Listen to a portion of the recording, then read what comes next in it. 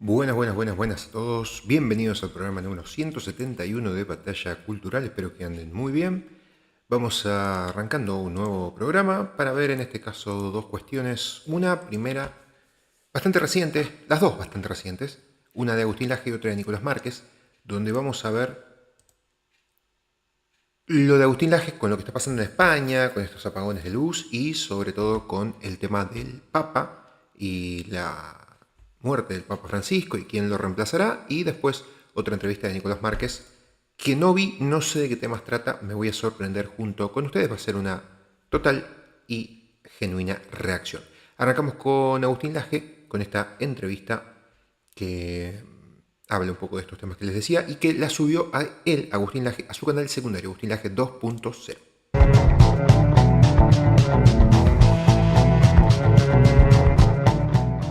Estamos muy, pero muy felices porque tenemos un evento extraordinario el viernes 2, aquí en Uruguay, en Montevideo, en la Ruta 8, en el kilómetro 21, en el Mega.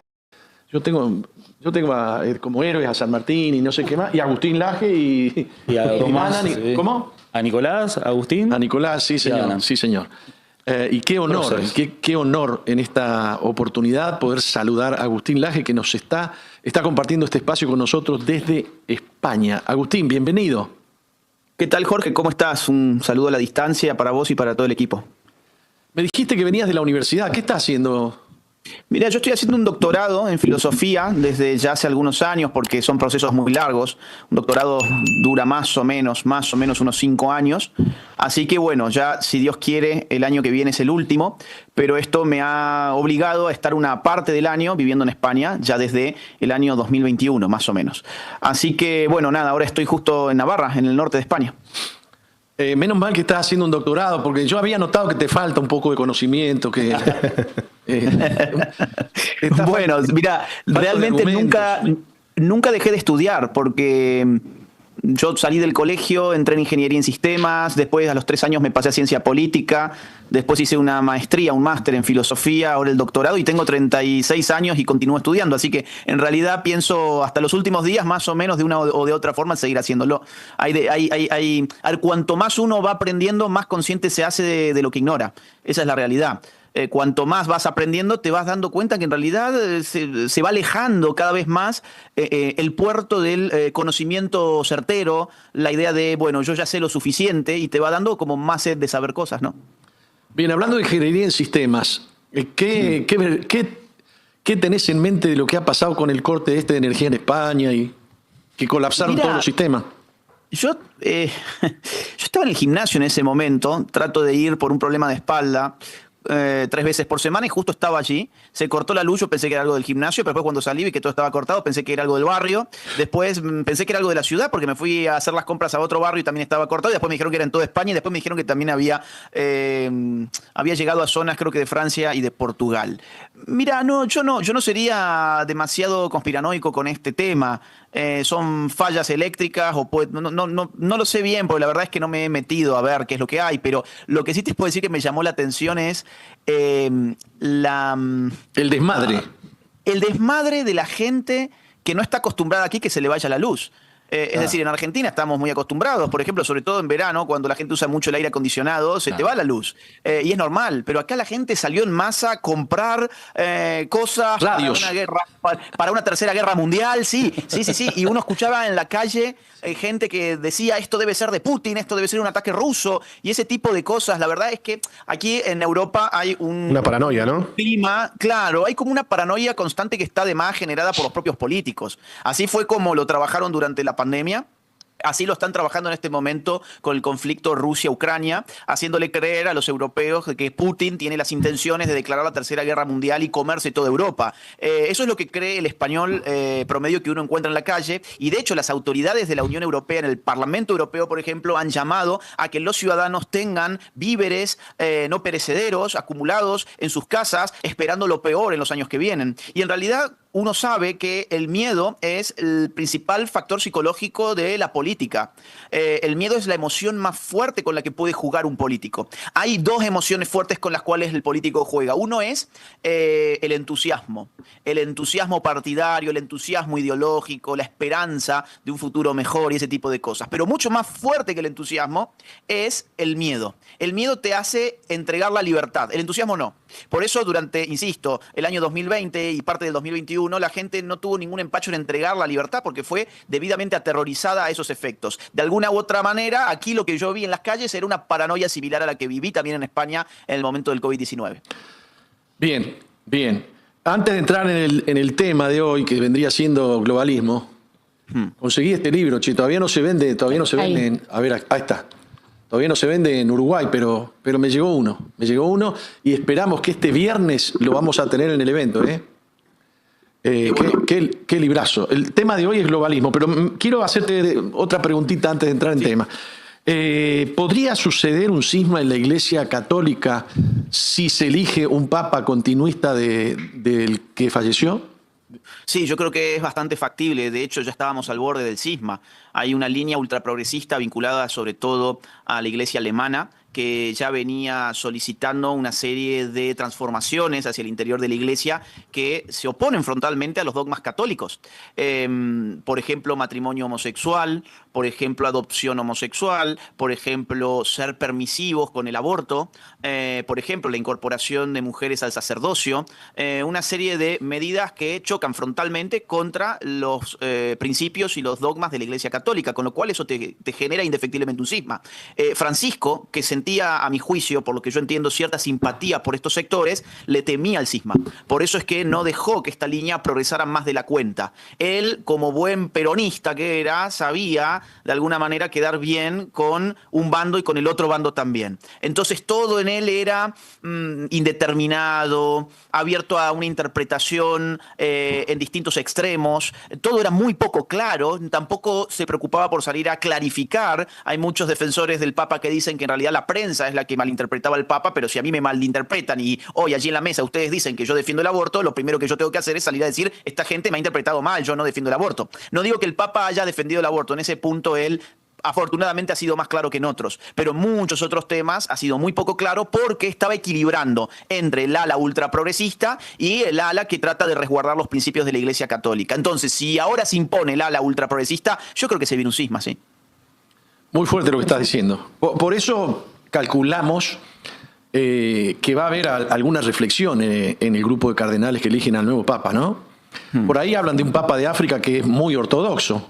El cardenal Sara. Sí, sí. ¿Vos qué opinás? ¿Va a ser entre un ortodoxo y un liberal?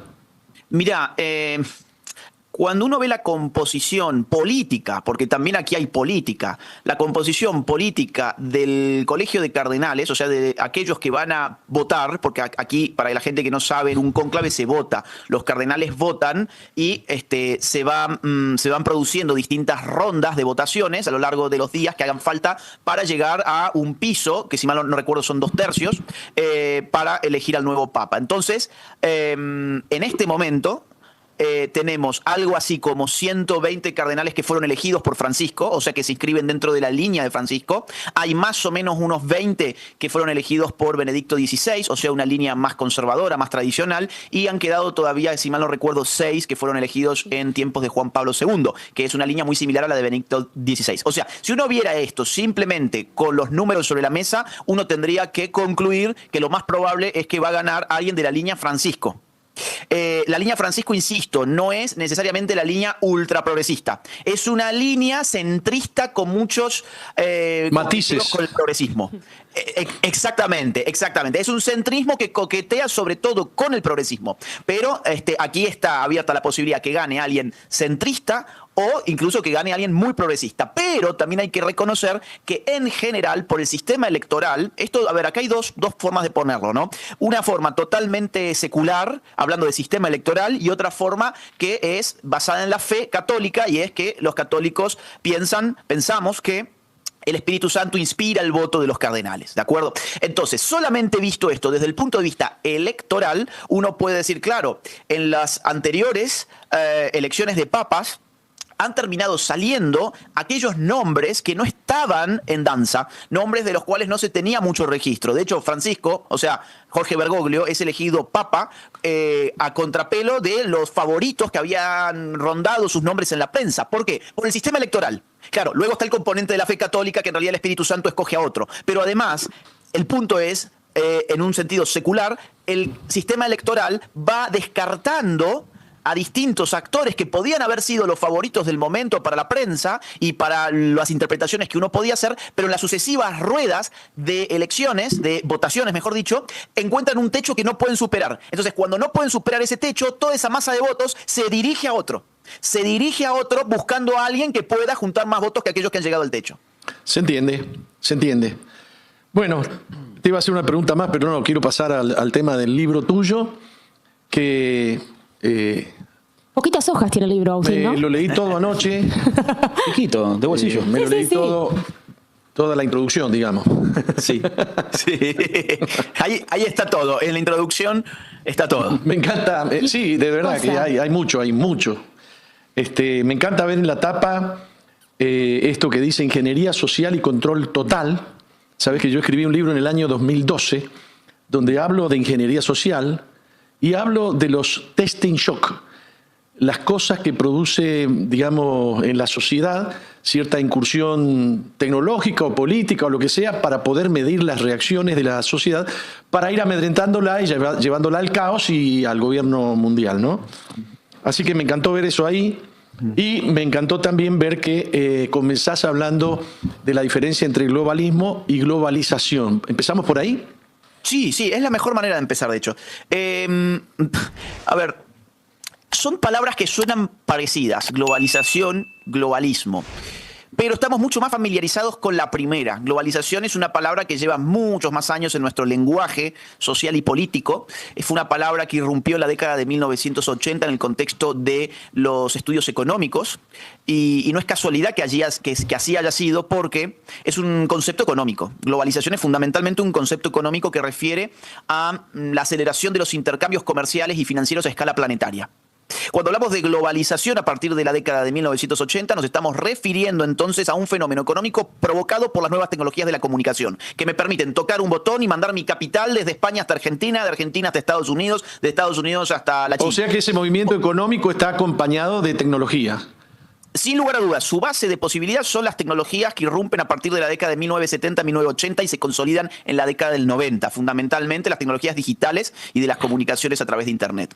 También me permiten, por ejemplo, tocar otro botón y contratar a un tipo que vive en la India y que va a trabajar a distancia para mi empresa. Yo nunca lo voy a conocer, pero ese tipo ya es un empleado mío. O toco otro botón y me mandan ropa para mí, para mi uso personal, pero desde la China, que en 2 días llega a la puerta de mi casa. Eso se llama globalización, que implica, insisto, la aceleración de los intercambios comerciales y financieros a escala planetaria posibilitados por las tecnologías que vos estabas mencionando, Jorge. Globalismo es otra cosa distinta. La palabra globalismo, por empezar, es mucho más nueva, tiene apenas unos 10 años. Se genera sobre todo su uso al calor de los grupos MAGA de los Estados Unidos, los grupos vinculados a Donald Trump, Make America Great Again, donde empiezan a usar la palabra globalismo para referirse a un tipo de dominación política. Si globalización es un tipo de intercambio económico, globalismo es un tipo de dominación política. Podemos entrarle por ahí al asunto entonces. ¿Qué significa globalismo? Hasta el siglo XXI y desde el siglo XVI-XVII, el ser humano estuvo dominado políticamente por algo llamado Estado. ¿Qué es el Estado? El Estado es una organización de base territorial que monopoliza el uso de la fuerza sobre la población que vive en ese territorio. ¿De acuerdo? Ahora, esto significa que el Estado es el que produce el orden jurídico, el que produce el orden social en ese grupo humano. En el siglo XXI ha empezado a ocurrir... Y tiene el monopolio de la fuerza sobre esos temas. Exactamente. Es el único que puede legítimamente usar la fuerza. Si aparece un grupo de narcotraficantes, pueden usar la fuerza, pero están contraviniendo las normas del Estado, por lo tanto el Estado tiene el deber de combatir a ese grupo. armado. Esto es lo que ha pasado en El Salvador de Bukele. No digo México porque en México los grupos armados han penetrado el Estado. Pero en el caso de El Salvador, Bukele ha aplastado legítimamente a los grupos armados porque han disputado el monopolio del uso de la fuerza del Estado. Bien, vuelvo entonces atrás. ¿Qué pasa en el siglo XXI? En el siglo XXI en nuestro siglo, empiezan a crecer los organismos internacionales que se empezaron a formar en la segunda mitad del siglo XX. Y esos organismos internacionales empezaron a absorber el poder político y jurídico del Estado.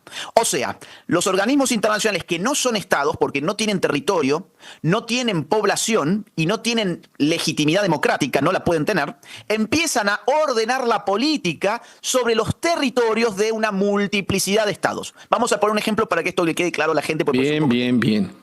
OMS, ¿qué es la OMS? Es un organismo internacional, Organización Mundial de la Salud. No es un estado, digamos. Exactamente. Yo pregunto, ¿qué entidad política generó las directrices que regularon la vida de la humanidad durante la pandemia? ¿Fueron los ministerios de salud de los distintos estados-nación? No. Los distintos ministerios de salud acogieron la normativa producida por esta organización internacional. Acataron el protocolo. Adaptaron el protocolo. Exactamente. Acataron los protocolos y las normas internacionales que surgen de esta organización. Con alguna excepción, ¿no? Taiwán no lo hizo, hay alguna excepción, pero en general todos los estados acataron lo que la OMS ha dicho al respecto. Entonces, ahí tenés un ejemplo muy caliente, porque toda la gente sabe lo que significó la pandemia, y cuando uno se detiene a pensar quién produjo eso, no lo produjo el Estado, su Estado. Su Estado acató, como bien decías, lo que se produjo en otro círculo de poder. Pero ese círculo de poder no es otro gobierno, porque no es otro gobierno nacional, quiero decir. Es una forma de gobierno mundial. Fue una palabra que vos usaste recién cuando hablabas del 2012. Entonces, el globalismo es el esfuerzo por parir un gobierno mundial. Esa sería nuestra primera conclusión. Eso es globalismo. Es el esfuerzo por disponer una serie de organismos internacionales para que empiecen a dominar políticamente sobre las naciones del planeta. O sea, gobernar. Bien, vos mencionaste, por ejemplo, la Organización Mundial de la Salud en lo que atañe a la salud. Y podríamos mencionar, por ejemplo, el Foro de Davos.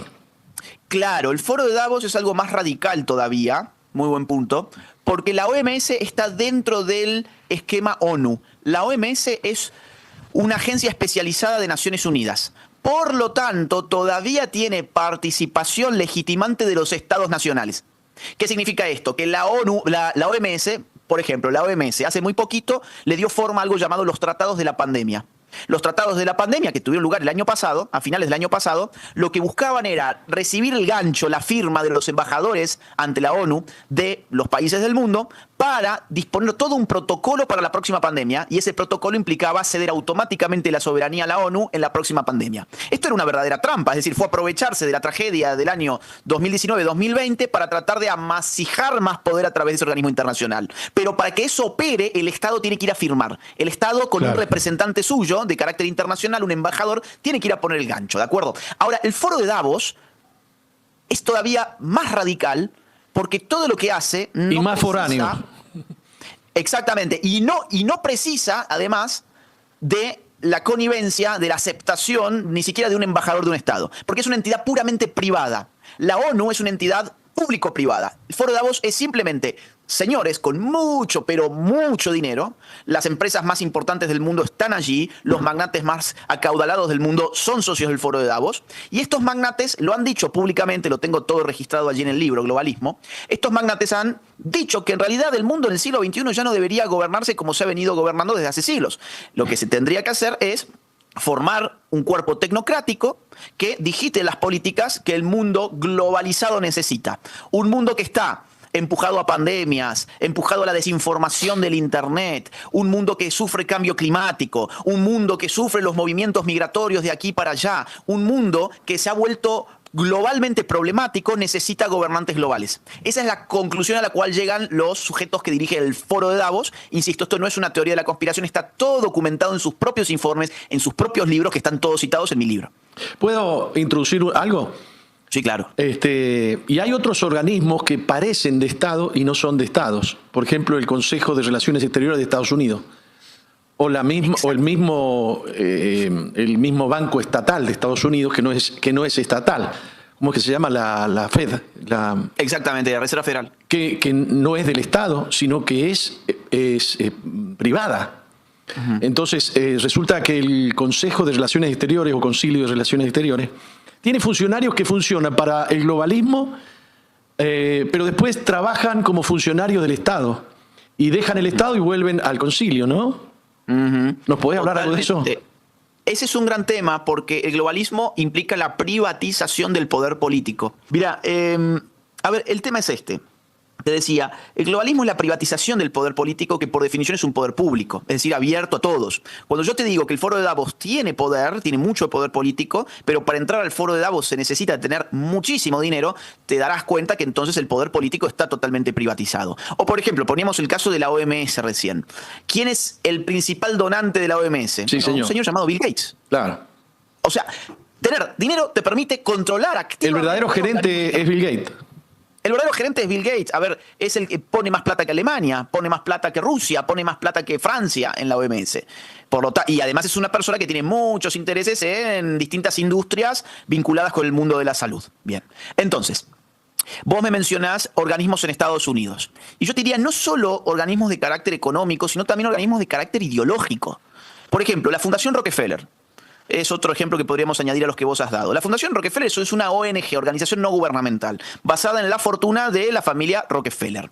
Ahora, cuando vos ves la fluidez con la que los empleados, los funcionarios de la Rockefeller pasan a ser parte del gobierno de Estados Unidos, es impresionante. Los van a reclutar ahí. Es un mismo cuerpo, solo que está dividido frente al público en algo llamado ONG y por otro lado en un gobierno.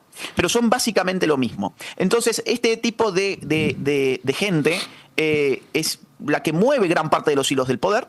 Nosotros muchas veces creemos que vivimos en democracias consolidadas, democracias en donde todos valemos uno y que por lo tanto nuestro voto tiene un poder inestimable. Es cierto, todavía tenemos un voto que dar, pero es un voto que cada vez tiene menos poder, porque al final cada vez más el poder pasa por otras variables. Y esta conjunción ONG con aparato estatal y con organismo internacional es una tríada del poder que es la que maneja los hilos en el siglo XXI. Perfecto.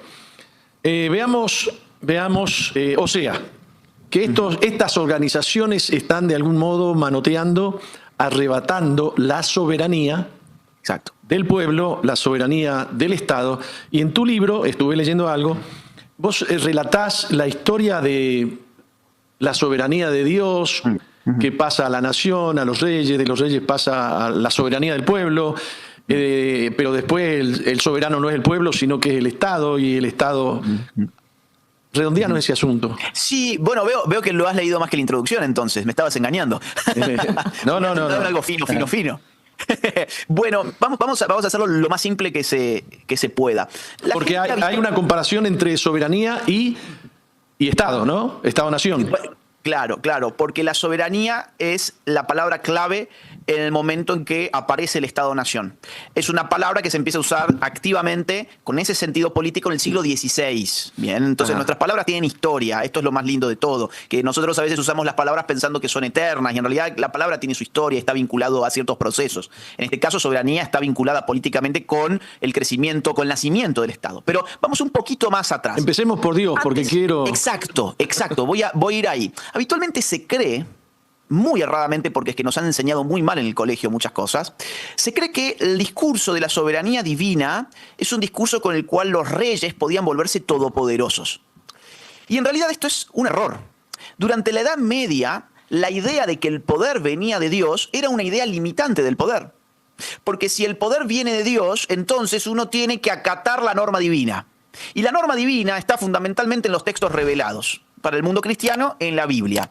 Por lo tanto, el rey medieval, la cosa va a cambiar un poquito después, pero el rey medieval no podía hacer lo que se le venía en gana, porque al frente tenía la institución llamada Iglesia, que estaba allí para recordarle que él, al tener su poder origen divino, debía acatar la norma divina. Y eso explica en gran parte toda la convulsión político-religiosa que va a marcar a la Edad Media en momentos donde el rey es más poderoso que el papa, otros momentos donde el papa es más poderoso que el rey, pero básicamente poder político y poder religioso están en contradicción. ¿Puedo ir un poquito más atrás?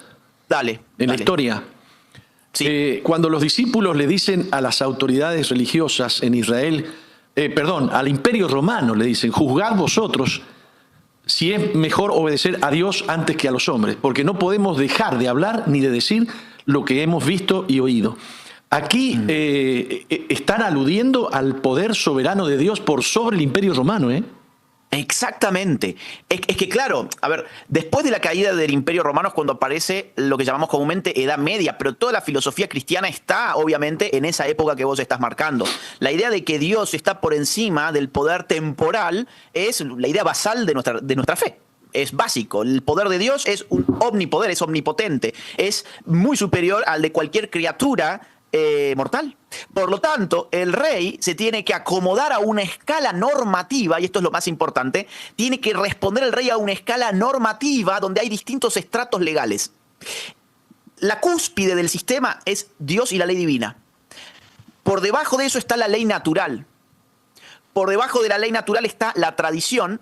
Y finalmente viene la ley positiva, lo que llamamos la ley humana, la ley escrita.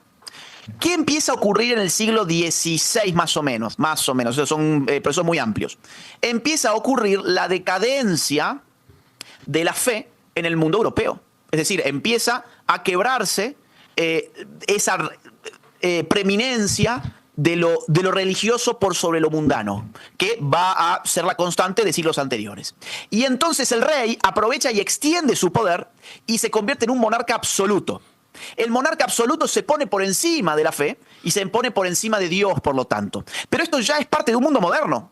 Ahí ya estamos en un mundo políticamente moderno. Entonces, esto es parte del conocimiento que hay que ajustar, porque la verdad es que en las escuelas te dicen cualquier cosa al respecto sin el más mínimo rigor. Pero andando un poquito más el tiempo, en el siglo XVIII van a estallar las revoluciones democráticas. ¿Qué va a pasar? Le van a cortar la cabeza al rey, básicamente. ¿Y quién se va a quedar con la soberanía? Así como el rey se la sacó a la iglesia y a Dios, ¿quién se queda con la soberanía cuando le cortan la cabeza al rey? Los políticos, que van a tener que hablar en nombre de un nuevo rey abstracto, incorpóreo, que va a funcionar como una especie de dios terrenal llamado pueblo. Y repetí eso, repetilo. Bueno, es un poder político que va a usar un soberano al que llama pueblo.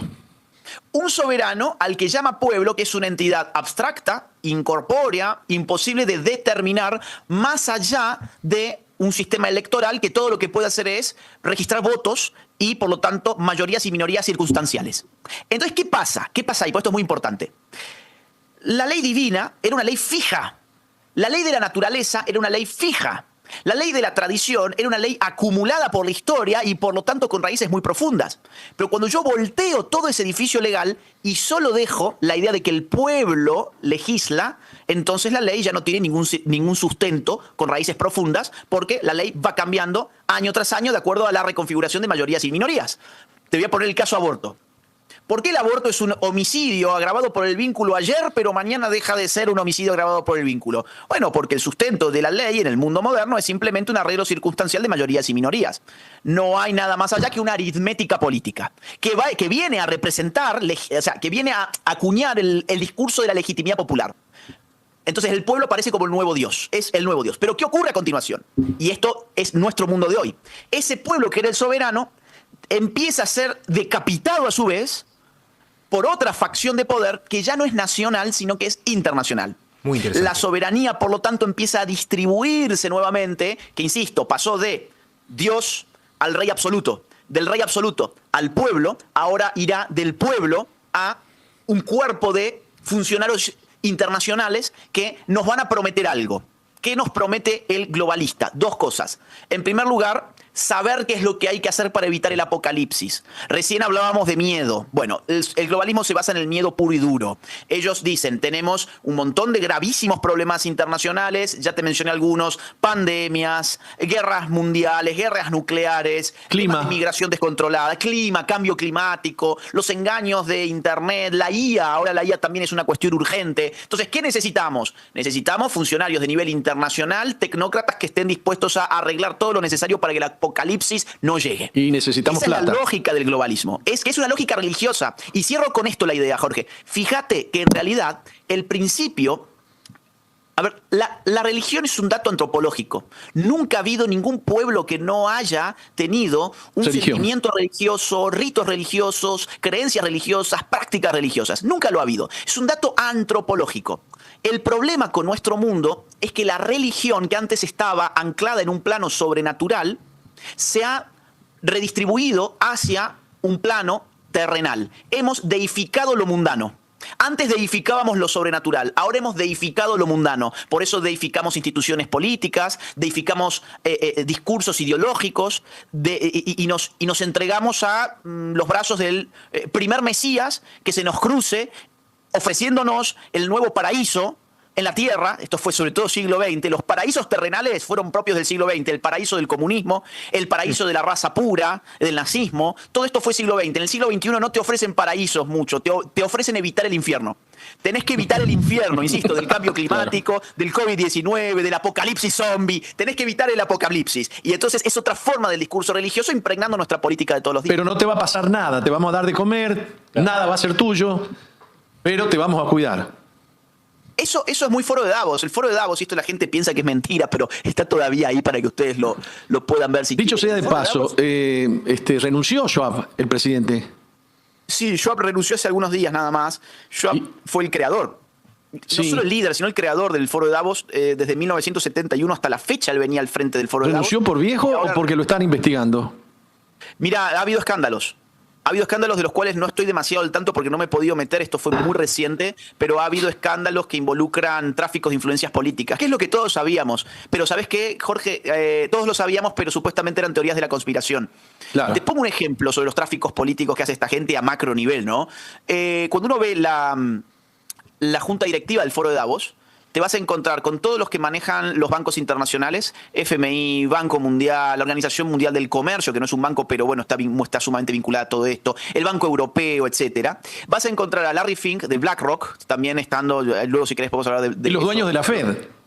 Dueño de la Fed, claro. Bueno, a ver, BlackRock es la tercera entidad con mayor poder económico del mundo. La primera entidad con más poder económico es Estados Unidos, después es China y en tercer lugar es BlackRock. O sea, en tercer lugar es una empresa privada manejada por Larry Fink. Ni Rusia, ni Francia, ni Alemania. BlackRock es el que ocupa el puesto número 3. Manejan trillions estos tipos. Es impresionante. Y él es parte del grupo Junta Directiva Foro de Davos. Pero además, quien preside la Junta Directiva es un noruego llamado Brende.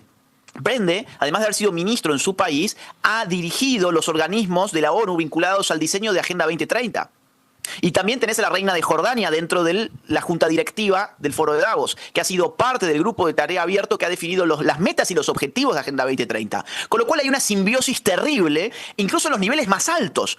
Agenda 2030, Foro de Davos, están impregnados por la misma gente. Qué fuerte, qué fuerte. Bueno, hablar contigo es estar sentado en un aula, estás dando cátedra aquí, por Dios. Estoy agradecido a Dios por tu vida, querido. Amén. Y por amén. tu valentía. Gracias, Jorge. Y por tu valentía. Gracias por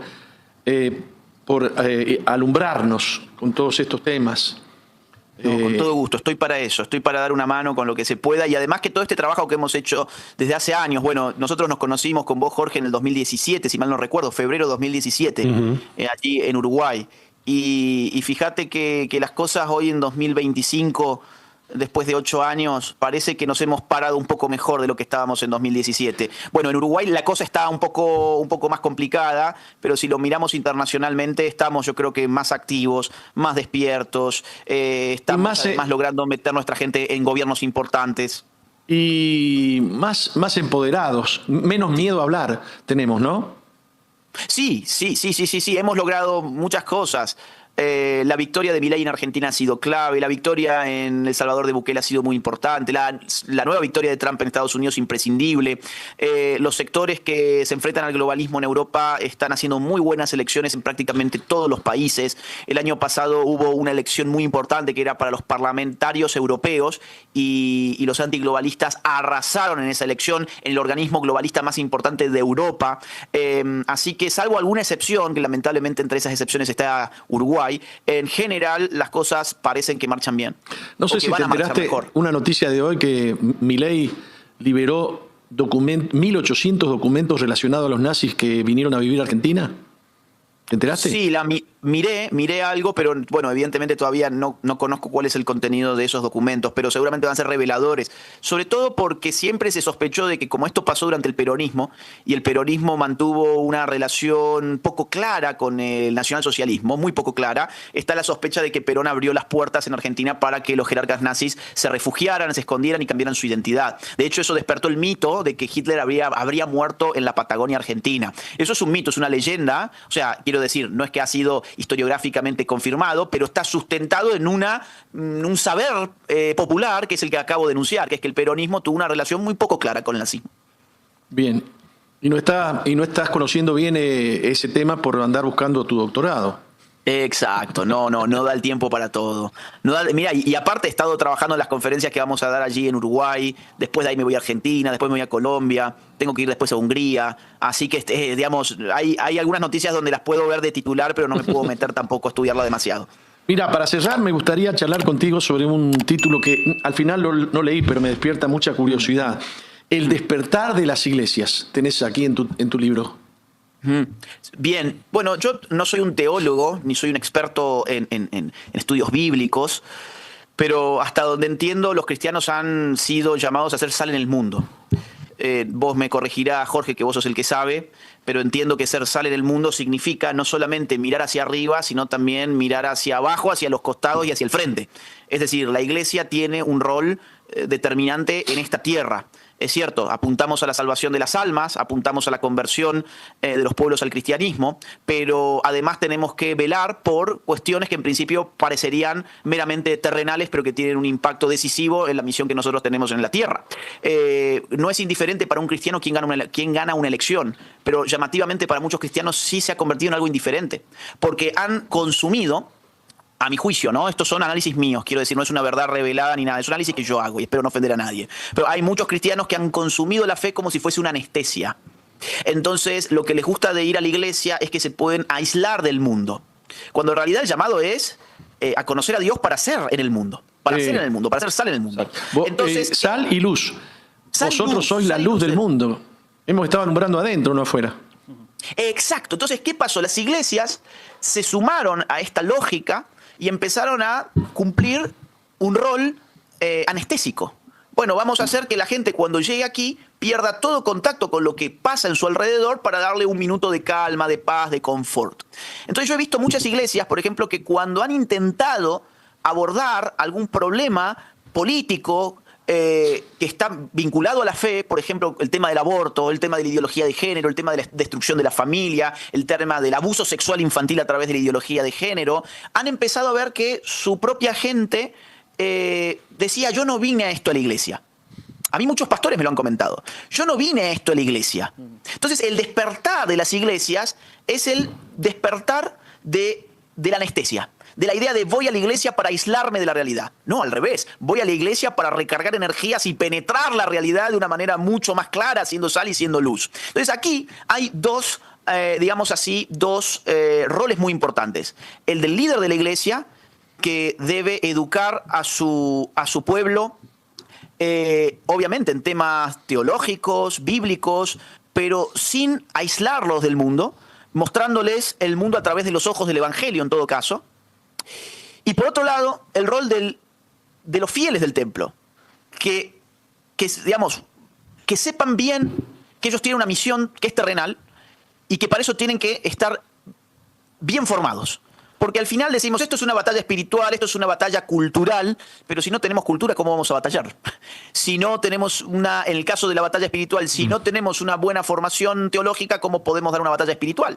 Yo, por ejemplo, nunca digo que yo doy batalla espiritual, porque es que yo no tengo una buena formación teológica, haría un poco el ridículo en ese terreno. Ahora, sí digo, doy batalla cultural, porque estoy tratando de cultivarme constantemente para poder enfrentar la anticultura que nos vende el mundo hoy. Pero no me aíslo del mundo, entro en el mundo, entro en la lógica del mundo y doy mi buen combate. Sobre eso va ese subcapítulo donde trato de identificar cuáles son las concepciones erradas, a mi juicio, que se tiene de la fe. Al final de cuentas, nos terminaron convenciendo de que la iglesia no tenía ningún derecho a hablar de política y la iglesia le terminó permitiendo a la política destruir la fe de la gente. Y se nos metió la doctrina del mundo adentro de la iglesia y afectó a sacerdotes, a pastores que empezaron a salir del closet, a otros los sacaron con juicio e infiltró a nuestra juventud, a nuestros hijos a través de la educación. O sea que lo que nosotros no tuvimos cuidado terrenalmente hablando, porque Jesús nos quiere en el mundo. Están en el mundo, pero no son del mundo. Estamos. Exacto. Y nuestra guerra espiritual es cultural. O nuestra guerra cultural es espiritual. No hay compartimentos separados en este asunto, ¿no? Sí, completamente de acuerdo. Bien. Y ahí hay una misión por delante que es muy, muy, muy importante. Y las iglesias, y ya cierro con esta idea, las iglesias son el principal enemigo del globalismo. Son el principal enemigo no dicho por mí. Estas son cosas que las ha afirmado, por ejemplo, George Soros, uno de los principales globalistas del mundo. Esto es algo que ha afirmado en su práctica Naciones Unidas cuando armó hace 2 o 3 años una lista negra que involucraba a pastores, a sacerdotes, a fieles, una lista negra de aquellos que ponían en riesgo los derechos sexuales y reproductivos y los derechos de la identidad de género. Entonces, ellos saben que combaten contra la cosmovisión cristiana. De hecho, y otra vez, acá vos me corregirás, Jorge, entiendo que en Apocalipsis uno de los signos es precisamente la conformación de un gobierno mundial. Sí. No cabe la menor duda que el globalismo es el cumplimiento de las profecías de Daniel en el Antiguo Testamento y del Apocalipsis en el Nuevo Testamento, porque en la Biblia no se menciona otro gobierno mundial más que el gobierno mundial del anticristo. Y nosotros somos los enemigos de eso, que incluye la familia, por ejemplo. La familia es enemiga del nuevo orden mundial. Exactamente. La mismísima vida. La defensa de la vida, ellos no quieren defender la vida, defienden la muerte.